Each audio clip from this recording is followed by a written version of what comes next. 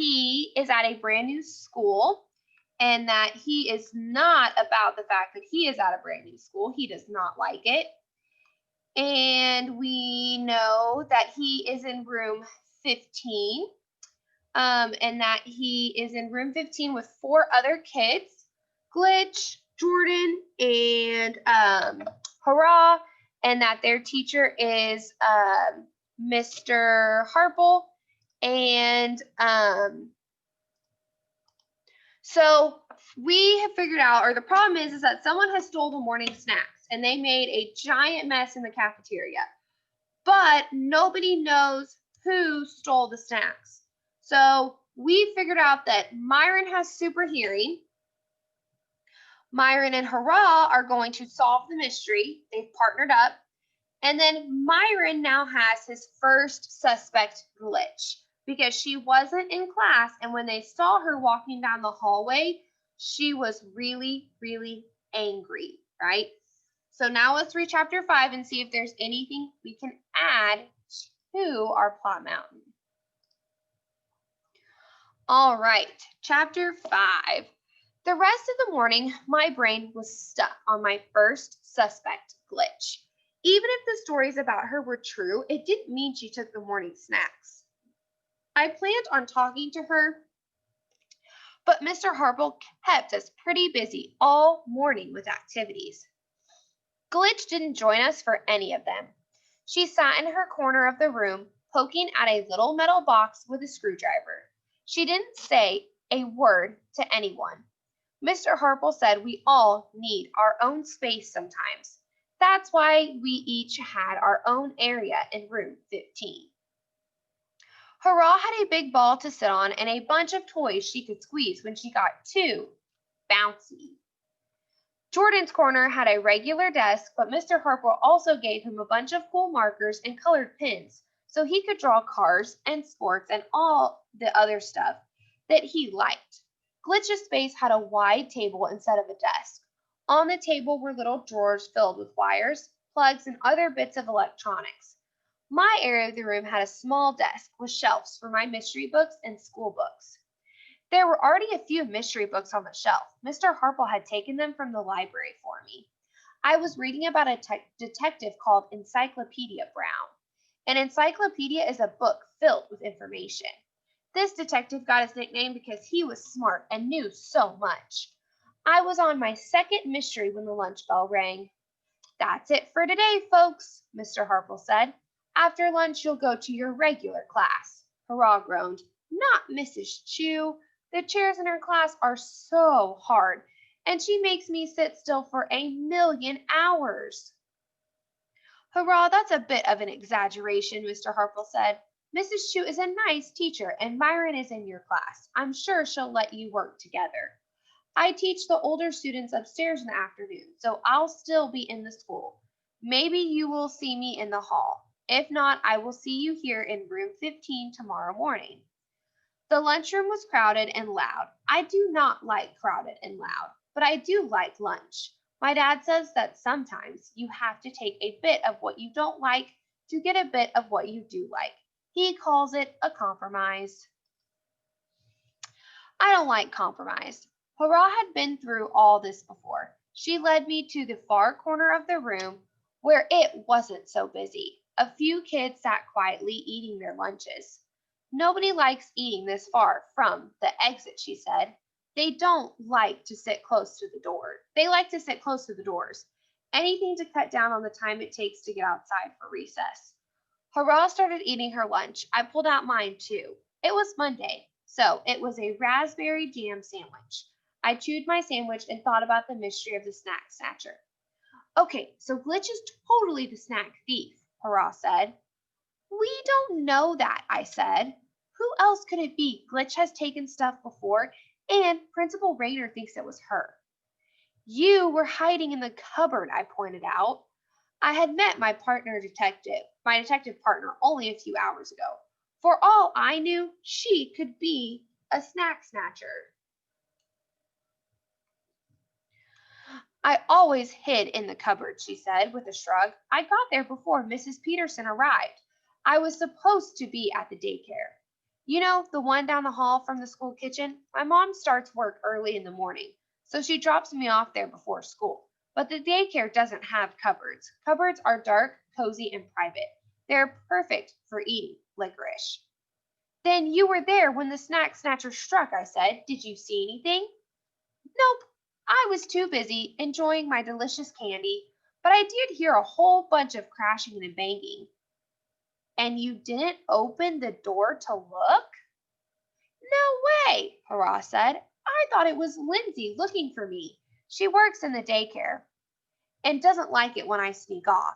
So you hid in the closet the whole time? I was eating licorice. Nothing disturbs me when I'm eating my licorice. Remember that, Myron.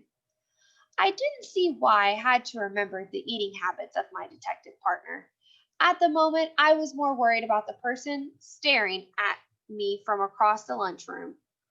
Oh no, I said through a mouthful of sandwich. Oh no, what? Hurrah said. A red haired girl walked straight up to us and stopped. Myron Matthews, the red-headed girl said. It is you. I heard there was some little kid snooping around the lunchroom. I tried to speak, but no words came out. The raspberry jam in my mouth had turned to glue. Sarah, Smasher, McGlinlin stood in front of me.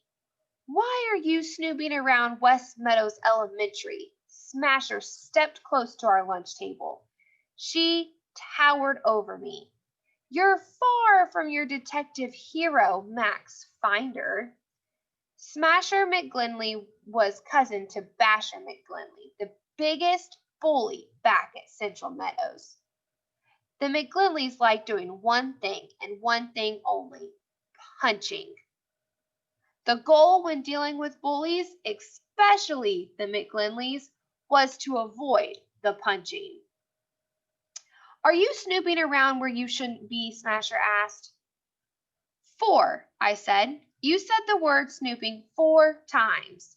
Smasher looked like someone had smashed her. I'll say it 4,000,000 times if I want to.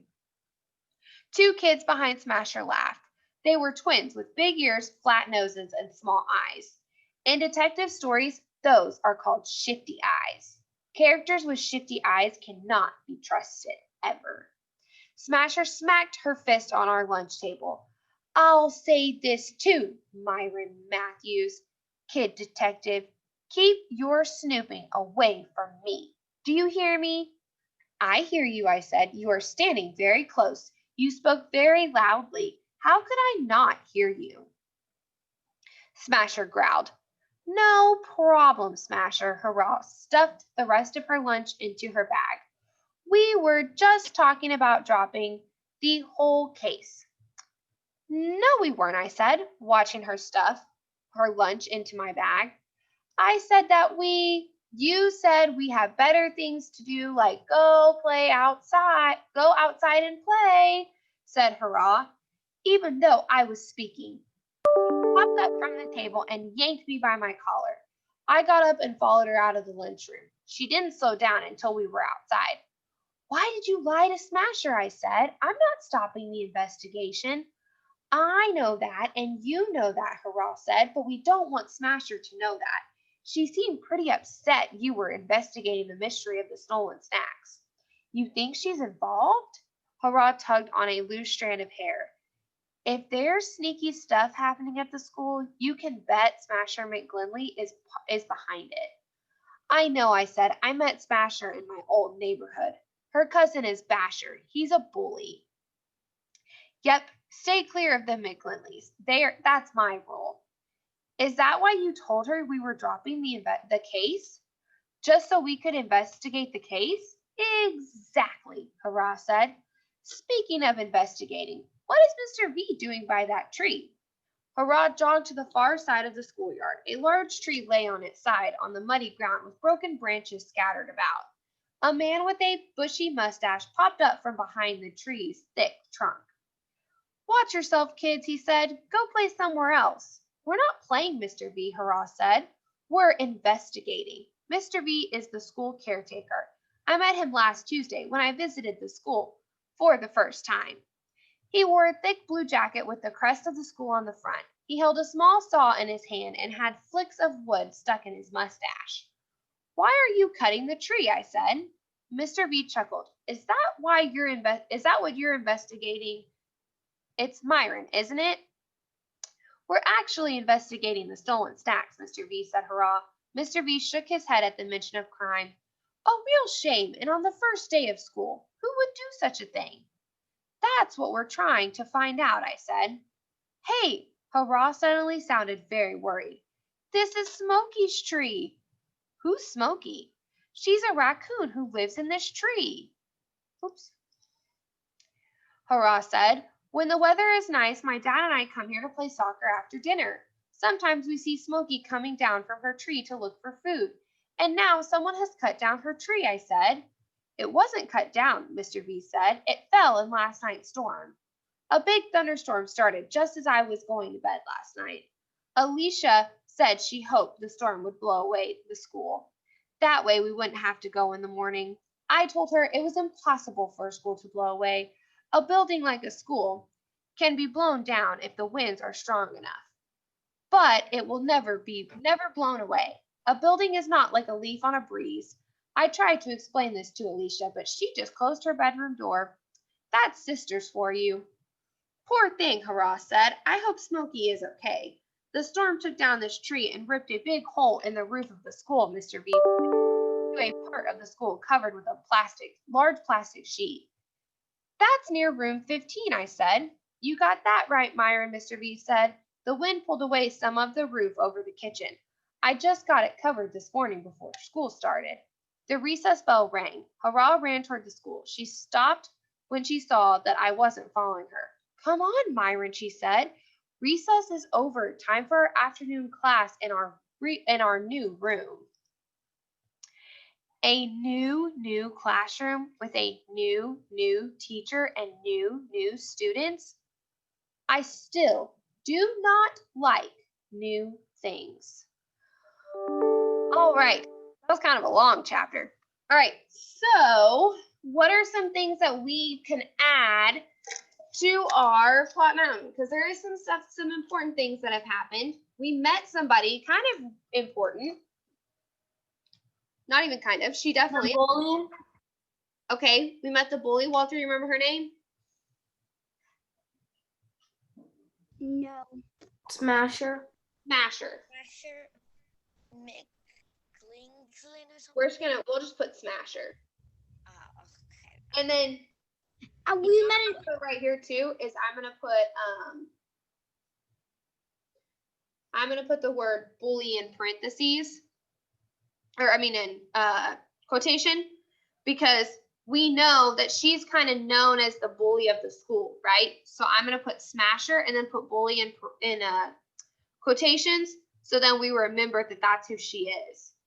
So Tony, what else happened? Who does Myron have? Who now is kind of their top suspect? Because it's not Glitch anymore. Smasher. Smasher's now kind of their top suspect, right? They're like, well, Smasher kind of makes sense. I mean, she is the school bully. Did she get upset when she found out they were investigating? Yes. She did, right? She got really upset when she found out they were investigating. And then the twins were over there laughing, right? Like they had just done something wrong. So she's looking like a pretty good suspect. Smasher has been added to the suspect list. Okay, so do you think that there was one more part of the story that happened? Do you think that the fact that there was a storm and part of the roof of the school was ripped off? No. Do you think that that is important or has anything to do with our mystery and our story? Maybe. It could. So do you think that I should add that to my plot mountain? Yes. I probably should, right? Because it's kind of a big deal when there's a storm and a roof gets ripped off, right? And where did they say the hole was above? On the top of the roof. Well, what classroom? Brayden, what classroom was the hole above? Made it in your classroom. Brayden, what room was the hole Never mind. above? Oh, Gabriel, what room was it? Room 15. Room 15. And Isabella, whose classroom is room 15? Huh? I said, Isabella, whose classroom is room 15? Myron. It's Myron's, right?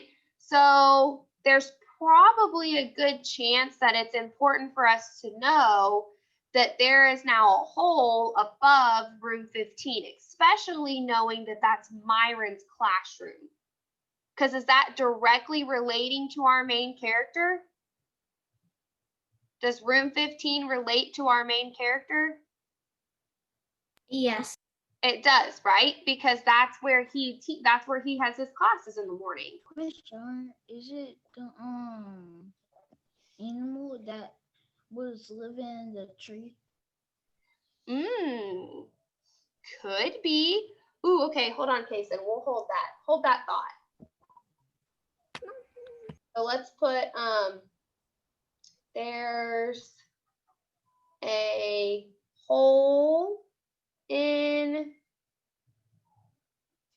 the school above room 15. Okay, so I want us to think about what Kason just said, okay? Because Kason's kind of making like he has a hunch, okay? Kason, what did you just say? Say it again. It was an animal that was living in the tree. So there was a raccoon, right, Smokey, that was living in the tree of the playground.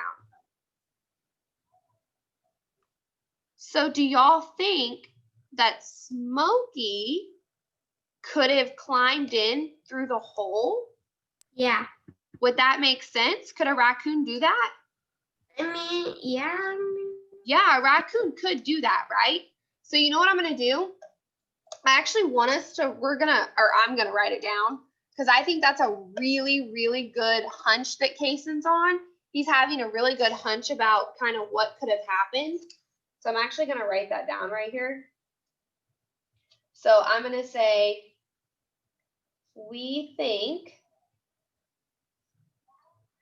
it could have been Smokey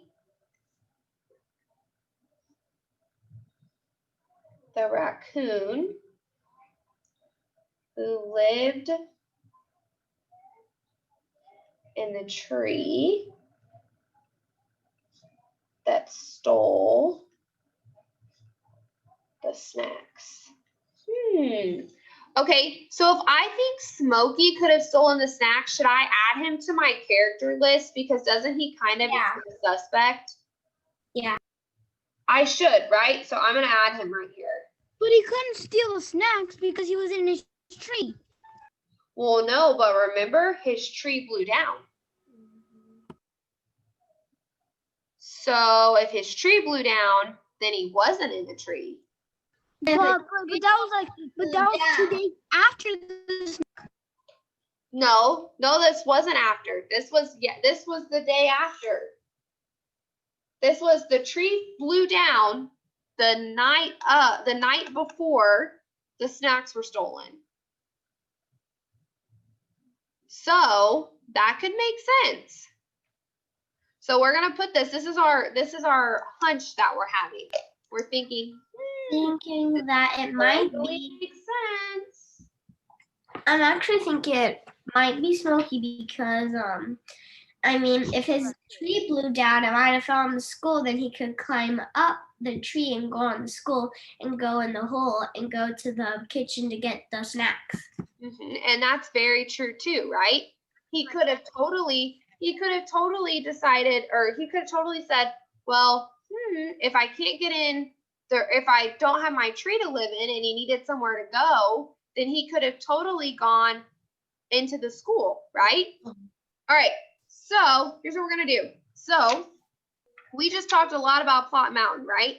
So what I want to do is for our lesson today, it's going to be kind of short because it's kind of a review lesson.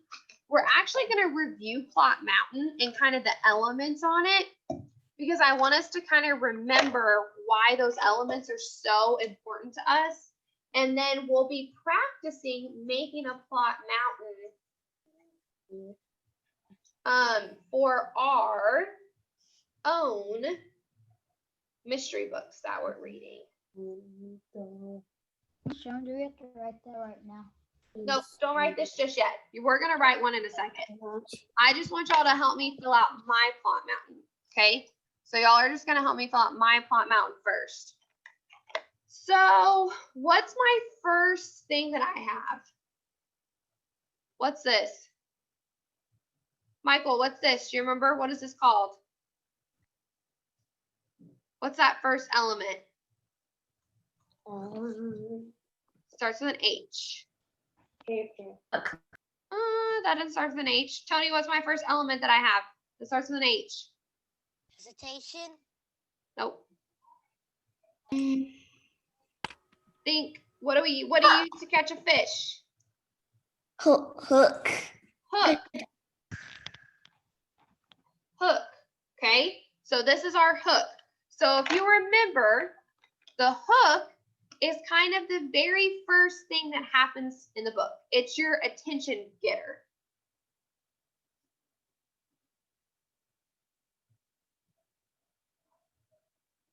The reason that your attention getter is so important is because this is kind of how the book starts. So like we knew from the very beginning of West Meadow Detective that Myron, our hook was the fact that Myron is at a brand new school, and he distinctly tells us at the very beginning of the book, I do not like new things. Okay, he's like, I do not like anything new. Well, with that chapter we just read, what did he just say again? He does not like new things.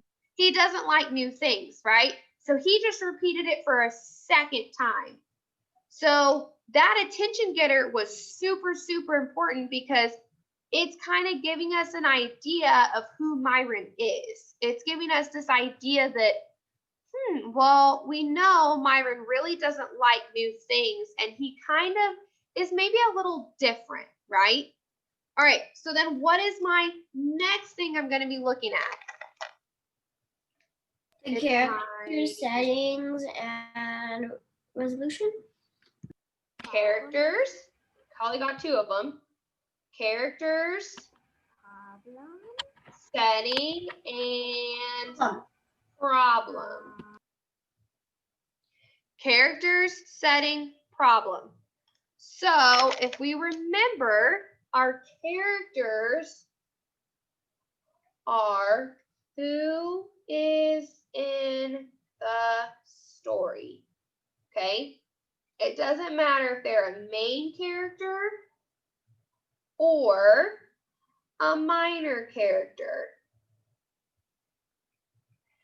So you got to make sure that you write down any of the characters that you think are significant, that they have some kind of role on our main character, right?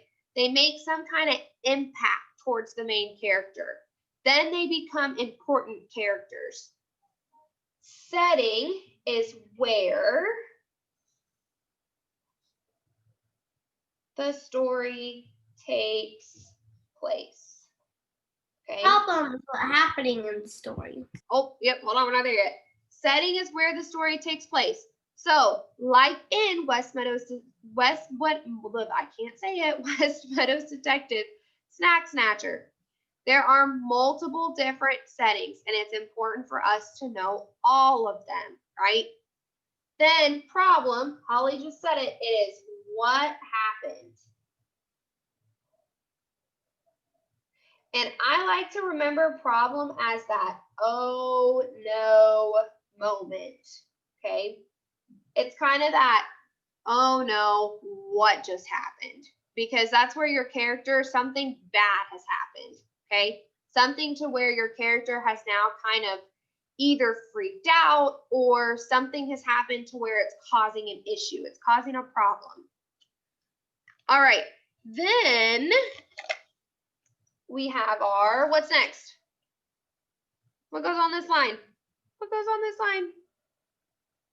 Tony, what goes on this line? Resolution? Starts with an R, but not resolution. What goes on this line? Walter, what goes on this line? So rising action and falling action. So this is rising action. Okay, so if you remember your rising action is your events that lead up to your problem. I mean, not problem, your climax. Events that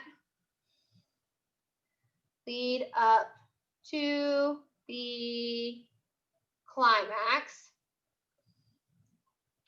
So these are,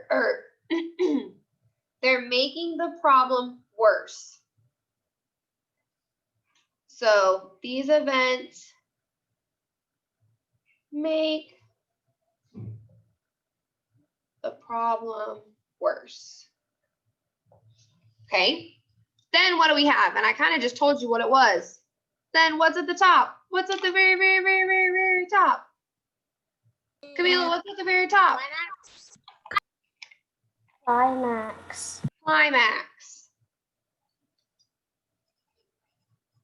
This is when the problem is at its worst, okay? This is when the problem is at its worst. It's kind of when you get to that big, oh, this is bad, okay? It's kind of when it gets to this, oh, this is not good. Something is happening.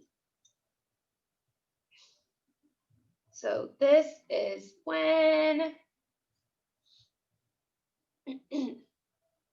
the problem is at its worst, okay? So this is when you're like, oh my goodness, this is not good. All right, then what do we have? Then what's happening?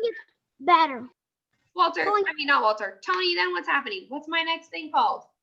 Falling action. Falling action. And Walter, what happens with my falling action? It's really good. The falling action's good, right? This is when the problem starts to get solved. Solved, and then it goes to the resolution. Oh, hold on. Problem starts to get solved or better. Okay, the problem starts to get solved or better. All right, and then what is my very, very last thing that happens? My very, very last event that happens? My, what is it, Michael? Resolution. My resolution. And what happens during my resolution? What happens to the problem? It's officially Better. Solved. better or solved, right? The problem is solved. The story ends. So the problem is solved and the story ends, okay? All right, so when you're looking at your own mystery books, especially because we're reading chapter books right now, you really have to look at the beginning and think about what is the attention getter, okay? Who are the characters, setting, problem? all of this is probably going to happen within chapter 1. And all of this makes a very significant difference. It's very important to us to know because we want to know why this is happening. Each of these events are important to our stories, okay? They're each really important and we have to know why they're happening and what's happening. Okay, so get out your reader's notebook for me real quick. Get out your reader's notebook for me real quick, and then I'm going to let you go to read your mystery books, your mystery novels. So turn your reader's notebook sideways. Get out your reader's notebook for me and turn it sideways. Clean page and turn it sideways.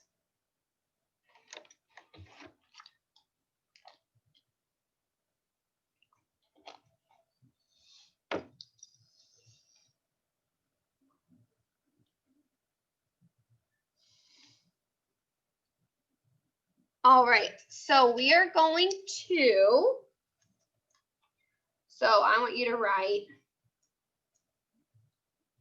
title, and this is where you're gonna write the title of the book that you're reading. We're gonna make them something out there, I forgot. Yep, and then we're gonna make our plot mountain.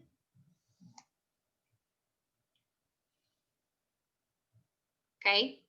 And then I'm going to go ahead and label each of the events, okay, on the plot mountain. If you know them by heart, you don't need to label them, then you don't have to label them. They're also in our notebooks, right, because we've done this before. If you would like to label them because you're like, I don't really remember, then you can go ahead and label them if you want to. But like I said, you don't have to. Because I know some of us know these pretty well.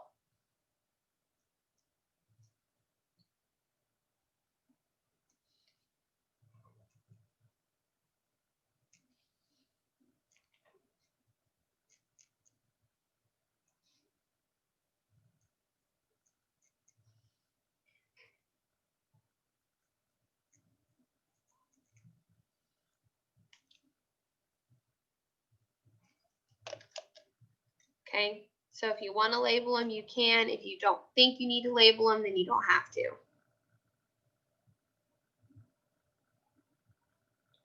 Make sure that you do this because I can tell you right now, we will probably be turning this in. Not today because we're reading chapter books, but we might be turning it in at some point this week.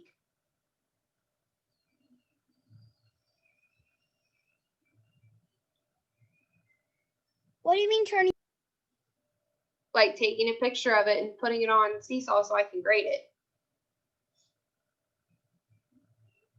Because we should all be reading our Mystery Club books.